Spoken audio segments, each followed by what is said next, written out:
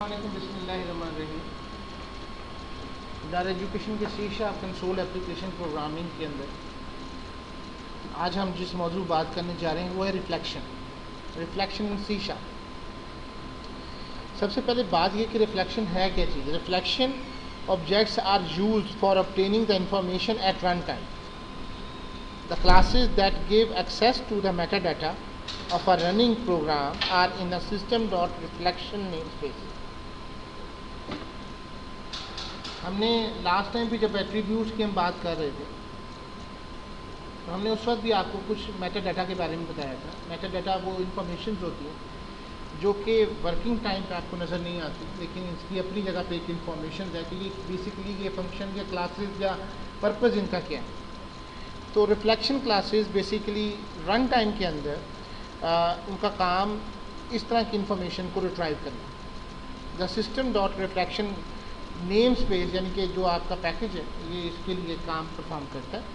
The system dot reflection namespace contain classes that allow you to obtain information about the application and to dynamically add types values and objects to the application.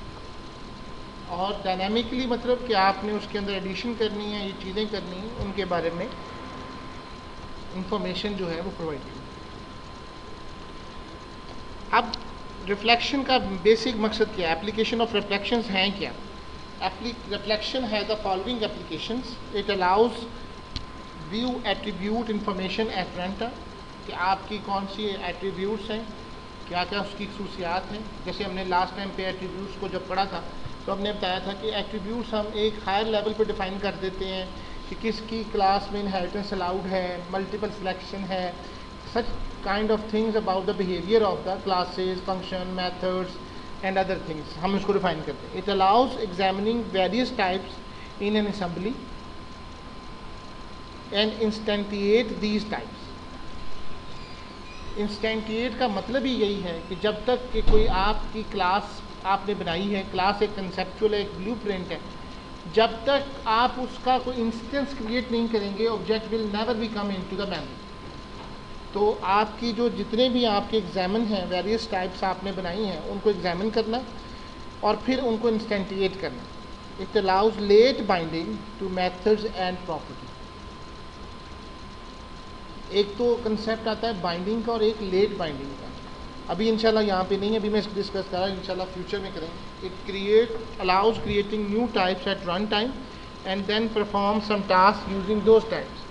Run time के ऊपर आपकी new types को create करना and then उनके तहत उनको follow करना। Viewing meta data, we have mentioned in preceding chapter that using reflection you can view the attribute information. The member info object of the system.reflection class needs to be initialized for discovering the attribute associated with the class. You define an object of the target class as जैसे कि system.reflection.member.info और info is equal to type of my class। अब एक छोटा सा programme है, इसको ज़रा थोड़ा सा समझ लें कि ये हमारे लिए क्या कर रहा है। आपने एक बनाया प्रोग्राम यूजिंग सिस्टम और फिर आपने एट्रीब्यूट्स डिफाइन किए usages attribute target dot all. इसका मतलब ये है कि ये तमाम के तमाम जितने भी हैं उन सब के ऊपर ये अप्लाई होगा। पब्लिक क्लास हेल्प एट्रीब्यूट, आप जगह जगह जब प्रोग्राम यूज़ करते हैं तो कहीं पे भी आपको हेल्प लेनी होती है तो आप देखते हैं कि उसके बारे में इंफॉर्मेशन मौजूद होती है। हेल्प एट्रीब्यूट और फिर आगे आता है system dot attribute. Public read only string URL। Read only क्यों हमने किया, ताकि हम ये जो स्ट्रिंग बना रहे हैं URL वगैरह के वो तब्दील ना किया जाए। Public string topic, topic is name parameter. Get return topic, set topic, ये दो वैल्यूज़ हमने ली हैं। Public help attribute string URL, this dot URL, private start string topic. ये हमारा एक एट्रीब्यूट हो गया। अब हमने एक दूसरा एट्रीब्यूट बनाया, information on the class my class. Class my class आपने बनाई, name space attribute people, class program static void में। यहाँ पे नीचे आके आपने system dot reflection dot member info is equal type of और फिर आपने ये जो माई क्लास आपने दी थी जिसकी आप इंफॉर्मेशन लेना चाह रहे थे, आप उसकी इंफॉर्मेशन लेंगे। Object attribute is equal to info dot get custom attribute true for integer I is equal to 0, I less than attributes dot length I plus plus system dot console dot write line. When this compiled and run, तो आपके सामने actually जो display होगा that was display help attribute, कि ये कौन सा attribute आपने इसको ड्यूरिंग रन टाइम इस्तेमाल किया वो आपकी स्क्रीन पे आ जाएगा। अब इसका फ़ायदा क्या है, आप जब रन टाइम के ऊपर होते हैं, हमें एक एप्लीकेशन एग्जीक्यूट हो रही, लेट्स सपोज विंडो समझ लें, आप कोई भी ये समझ लें ब्राउज़र समझ लें, आपको हेल्प चाहिए। अब हेल्प उसके अंदर बहुत सारे कंटेंट बने हुए हैं, बहुत सारी क्लासेस बनी हुई हैं। अब आपको रन टाइम पे तो नहीं ना, आप वैसे तो ज्यूम नहीं कर सकते कि ये कौन सा वाला फंक्शन इसको चलाना है, तो आप रन टाइम के ऊपर हेल्प उसकी मांगते हैं तो वो उसके मुताबिक आपके लिए एक पेज क्रिएट करके दे देता है। तो जब तक हम इसको यहाँ तक अप्रोच नहीं करेंगे हम उसके आगे फर्दर फंक्शनिंग नहीं कर सकते, इसलिए हमने ये चीज़ इस यहाँ पे परफॉर्म की। अब जिस तरह एक और एग्जांपल देखते हैं, in this example we use the debug info attribute created in the previous chapter जो हमने लास्ट में बनाया था। rectangle to read the rectangle metadata of rectangle class, जैसे system dot reflection, और system dot reflection का सिर्फ एक ही मकसद है कि जो आपने attributes बनाए हैं उनको आपने रन टाइम के ऊपर रीड करना। Custom attribute bug fix to the assigned to a class and its members, attribute usage हमने बनाया। और आपने देखा कि मैंने टारगेट एट्रीब्यूट ऊपर वाले में एट्रीब्यूट टारगेट में डॉट ऑल लिखा था, अब ये मैं सिर्फ क्लासेस को रिप्रेजेंट करने के लिए डॉट क्लास दे रहा हूँ। एट्रीब्यूट टारगेट्स डॉट कंस्ट्रक्टर, यानी अब इसके अंदर कौन कौन से आ सकते हैं, constructor, classes, field, method, property. Allow multiple is equal to true, public class debug information, private integer bug number, developer, last review, message. और फिर आपने एक debug इन्फो करने के बाद बग स्ट्रिंग डेवलपर और स्ट्रिंग डी लिख के आपने इनको असाइन कर दिया। फिर इसी तरह से पब्लिकली गेट करवाया। पहले दिन से मैं ये बात कर रहा हूँ गेट और सेट के मेन कंसेप्ट में कि जब आपने एक चीज़ को प्राइवेट कर दिया तो इसका मतलब ये है कि वो विदाउट योर ऑथेंटिकेशन कोई और नहीं हो सकता।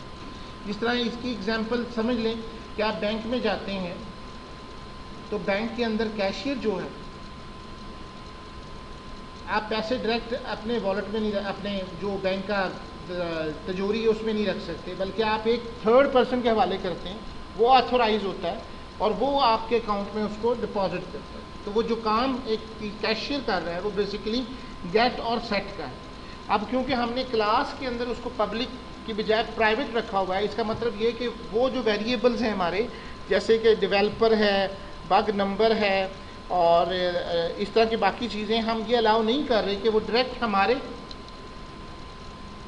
मेमोरी एलोकेशन पे जाके उसको तब्दील कर सके, बल्कि हमने एक फंक्शन के थ्रू लिया ताकि वो हमारी वैल्यूज़ ले और फिर देन इसको साइन करे। इसलिए हमने यहाँ पे गेट के फंक्शन बनाए एंड देन ये सारे होने के बाद फिर हमने एक डीबग इंफॉर्मेशन की, जैसे कि यहाँ पे प्रोग्राम में बना हुआ है return type mismatch, message is equal to return type mismatch, unused variable. इसकी रीजंस हमने दे दी कि इसको डीबग किया जाए। और रेक्टेंगल आ गई जी हमारे पास एक class, protected double length, protected double width, public rectangle.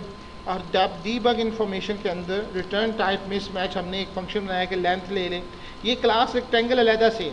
पहले जो हमने एट्रीब्यूट्स बनाए उनका मकसद ये था कि जितनी भी आप क्लासेस बनाएंगे उनके ऊपर आप ये चीज़ इंप्लाई करें। फिर इनको डिस्प्ले करवा दिया गया।